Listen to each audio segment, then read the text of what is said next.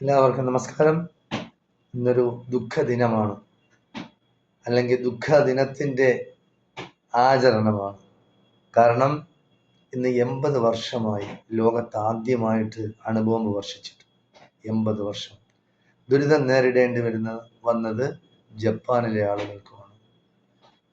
ജപ്പാനിലെ ഹിരോഷിമയിലും നാഗസാക്കിയിലും America bomb വർഷിച്ചു. രണ്ടാം ലോക മഹായുദ്ധം അവസാനിച്ച കാലഘട്ടമാണ്. പക്ഷേ അവസാനിച്ചതിന് ശേഷവും സൂപ്പർ പവർ അല്ലെങ്കിൽ ലോകൽ പോലീസ് പട്ടം ആർക്കാണ്? അതിനു വേണ്ടിയാണ് ഈ രണ്ട് സ്ഥലത്തും ബോംബ് വർഷിച്ചത്. ഹിരോഷിമയിൽ 1945 ഓഗസ്റ്റ് 6-നും 3 ദിവസം കഴിഞ്ഞ് ജപ്പാനിലെ തന്നെ അടുത്ത പട്ടണമായ നാഗസാക്കിയിൽ ബോംബ് വർഷിച്ചു. ഹിരോഷിമയിൽ ഏകദേശം 80,000 പേരും 3 ദിവസം കഴിഞ്ഞ് ഓഗസ്റ്റ് 9-ന് 1945 ഓഗസ്റ്റ് 9-ന് നാഗസാക്കിയിലെ ബോംബ് വർഷത്തിൽ ഏകദേശം 73,000 പേരും വെന്തു മരിച്ചു.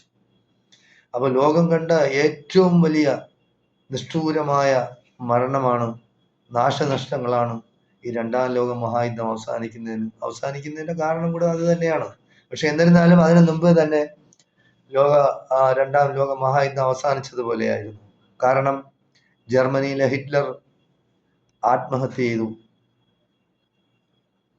ഇറ്റലിയിലെ മുസോളിനിയെ സഖ്യകക്ഷികൾ കൊന്നു. സഖ്യകക്ഷികൾ എന്ന് പറയുമ്പോൾ ബ്രിട്ടൻ, അമേരിക്ക, സോവിയറ്റ് യൂണിയൻ. അന്ന് ബ്രിട്ടന്റെ പ്രൈം മിനിസ്റ്റർ എന്ന് പറയുന്നത് വിൻസ്റ്റൺ ചർച്ചിൽ, അമേരിക്കൻ പ്രസിഡന്റ് എന്ന് പറയുന്നത് Harry Truman, Soviet leader Stalin. അപ്പൊ ഈ 3 വൻ ശക്തികളും ജപ്പാൻ, ജർമ്മനി, ഇറ്റലി, ഇവർ 3 പേരും 2 ഭാഗത്തു നിന്നാണ് രണ്ടാം ലോക മഹായുദ്ധം ഉണ്ടാവുന്നത്. ഏതായാലും ശരി, അങ്ങനെ ഒരു യുദ്ധം മേലിൽ ഉണ്ടാകാതിരിക്കട്ടെ എന്ന് നമുക്ക് പ്രാർത്ഥിക്കാം.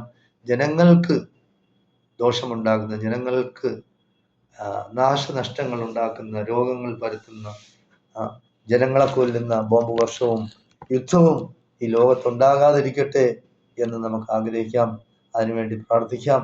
എല്ലാവരും സമാധാനത്തിനും സന്തോഷത്തിനും ജനക്ഷേമത്തിനും വേണ്ടി ഓരോ ഗവൺമെന്റുകളും പ്രവർത്തിക്കട്ടെ. ജനങ്ങളിൽ വിഭാഗീയത ഉണ്ടാക്കി, വംശീയത ഉണ്ടാക്കി, ജാതിയും മതവും പറഞ്ഞ് കടിപിടി കൂടുന്ന ചാനലുകളും പത്രങ്ങളും ഈ നാട്ടില് കുഞ്ഞുകൂടിക്കൊണ്ടിരിക്കുകയാണ്.